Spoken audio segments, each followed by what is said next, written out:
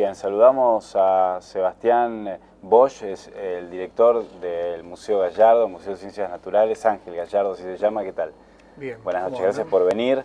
Y también nos acompaña Lisandro Arelovich, que está llevando adelante una tarea constructiva más que interesante. Por lo tanto, si ustedes van al museo por estas horas, verán algunos elementos poco comunes. Esto no forma parte de una muestra, sino de esto que vos decías, Lucas. Así es. ¿Qué es la bioconstrucción, no? Porque en tiempos de salto tecnológico, muchas veces volver a técnicas ancestrales es mucho más beneficioso, ¿no? Claro. Sí, el término bioconstrucción o construcción natural, que también se suele encontrar bajo ese rótulo a la denominación de estas técnicas, hace referencia específicamente a la construcción con materiales que tienen un bajo grado de artificialidad, podríamos decir, para decirlo de palabra un poco más sencilla. La construcción tradicional que nosotros conocemos utiliza mucho acero, hormigón, ladrillo. Cada una de esas industrias requiere de altos hornos, una alta inversión para las plantas que fabrican esos materiales. En el caso de la bioconstrucción, en cambio, los materiales que estamos utilizando los usamos como lo encontramos en la naturaleza. La arena, la tierra cruda, el rastrojo de cereal, eso va directo a la obra y con una pequeña manipulación en la obra ya van a su utilización final. Es decir, como se hacía, por ejemplo, uno puede remitirse al Chaco con algunos asentamientos de pueblos originarios, ¿puede ser? Claro, la construcción con materiales sin transformación industrial obviamente acompaña a la humanidad en miles de años en un montón de ecosistemas. De acuerdo al material que se encuentra en cada lugar, hay diferentes técnicas y diferentes materiales. Pero hay un resurgir moderno también de estas técnicas. Entonces, no solo está desarrollado desde universidades y centros de investigación de Europa, sino que también acá en Argentina hay investigadores de CONICET, acá en la Facultad de Arquitectura de Rosario también hay un grupo en la cátedra de materialidad, que se llama Grupo de Tierra, que vienen trabajando eso. Y en diferentes lugares hay un resurgir, desde lo académico-científico, desde lo popular, para actualizar esta tecnología. Entonces ya hoy inclusive se cuentan con ensayos de laboratorio para estructuras en adobe, por ejemplo, sismoresistente en zona sísmica, para mejorar el tema del tratamiento hidrófugo de revoques con barro.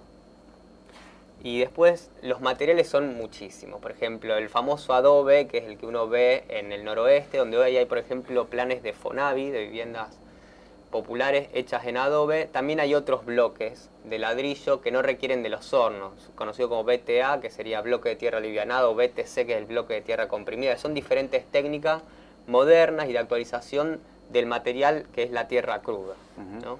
Es como volver a la fuente, Sebastián.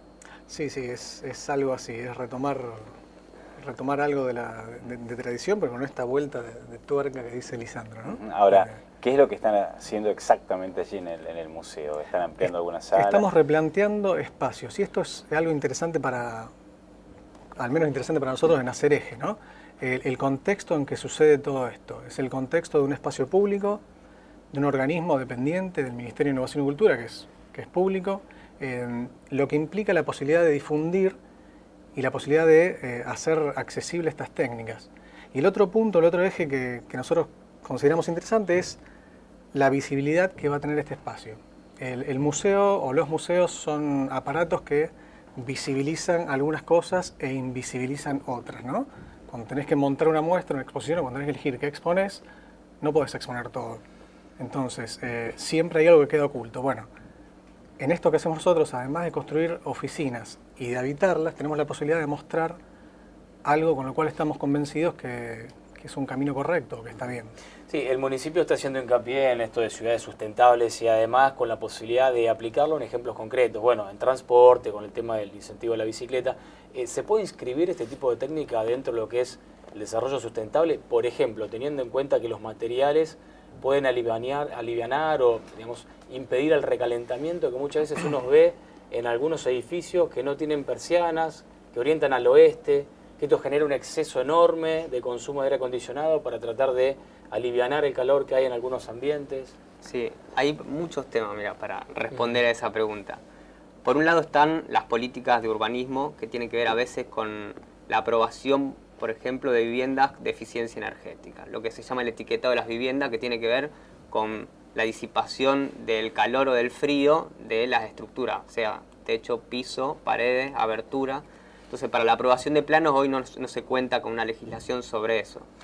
Estos materiales, en algunos casos, cuentan con muchos mejores estándares de tramitancia térmica. Por ejemplo, los bloques de tierra alivianado, la paja encofrada, que es la técnica que estamos utilizando en el museo para la reforma, tiene una propiedad de aislamiento que en el doble del volumen de un espesor de telgopor, que es uno de los materiales más aislantes, logra la misma eficiencia térmica, lo cual es mucho más eficiente térmicamente que el hormigón o que el ladrillo cocido. Pero a su vez, el tema del desarrollo urbano necesita no solo de la arquitectura o la construcción natural, sino el bioclimatismo, que tiene que ver con el asoleamiento de las paredes norte y los materiales, cómo se comportan con esto del efecto de la isla de calor, que se llama, que el cemento es un material de masa térmica que capta mucho calor durante el día y lo sigue irradiando durante la noche. A ver, y como para tratar de resumirlo a lo mejor en los tiempos televisivos, que está muy bueno lo que contaste, ¿no? Pero ¿es factible pensar a futuro de que en realidad los edificios pueden tener diseño, innovación, pero utilizar materiales ancestrales que cooperen a bajar un poco la temperatura? Claro, bueno, en eso lo que sí hay mucho auge hoy para evitar el tema del efecto de la isla de calor, por ejemplo, es lo que se llama techos vivos.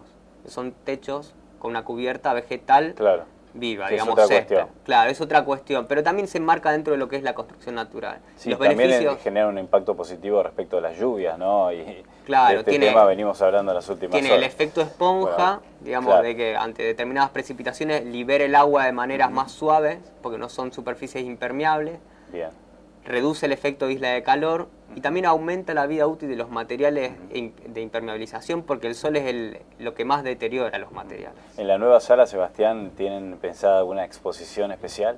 Sí, porque la idea es, si bien vamos a construir depósitos, salas de aislamientos y oficinas, o sea, no está concebido como una sala de exposición ni como una muestra, va a tener un núcleo, un pequeño núcleo que se va a contar esto de cómo es la técnica de bioconstrucción y por qué el Gallardo toma la decisión de adherir a estas técnicas.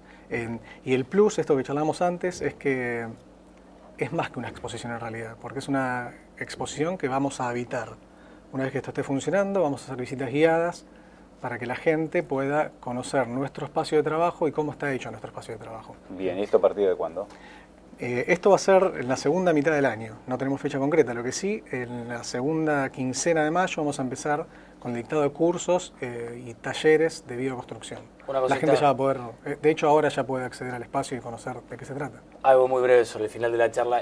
Si por ejemplo los estados impondrían un puntaje especial a las licitaciones para vivienda pública de las empresas que utilicen estos materiales de bioconstrucción, ¿sería más barata la vivienda? Yo creo ya de por sí el material reduce los costos. Una vivienda con estas técnicas es más económica que una vivienda con los materiales tradicionales, porque el material es mucho más barato. Si encima gozara de subsidios públicos que incentiven estas técnicas, sería un impulso muchísimo mayor y creo que el desafío es empezar a dar el conocimiento y con la gente vinculada a la construcción se empiece a apropiar y a conocer esta técnica y a hacerla más masiva. Perfecto, la verdad que es muy interesante, y los hemos visto mientras charlábamos en acción ahí en el museo. Muy amables. A los dos, saludos al dromedario que tienen ahí.